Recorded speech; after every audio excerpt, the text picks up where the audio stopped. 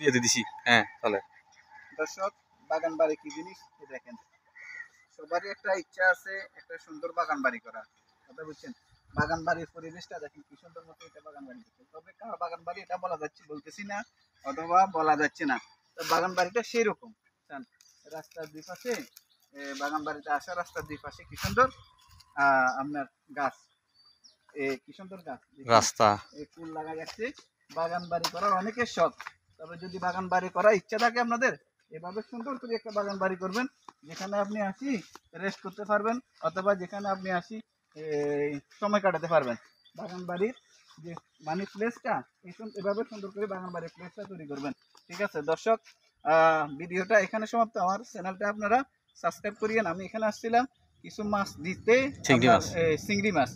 যারা এই ছোট ছোট পুকুর আছে তারা অবশ্যই চিংড়ি মাছগুলা চাষ করতে পারেন। ঠিক আছে, চিংড়ি মাছের দামও বেশি আর বাচ্চারও দাম বেশি, চিংড়ি মাছের পোনারও দাম বেশি। ছোট পুকুর 1 একর অথবা হাফ একর অথবা 40 ডিসিম এরকম এরকম যদি পুকুর থাকে খালি না ফেলাইয়ে আপনি চিংড়ি মাছের চাষ করতে পারেন, পাশাপাশি হালকা কিছু মাছও দিতে পারেন। ওকে, ভালো থাকেন সবাই, আসসালামু আলাইকুম।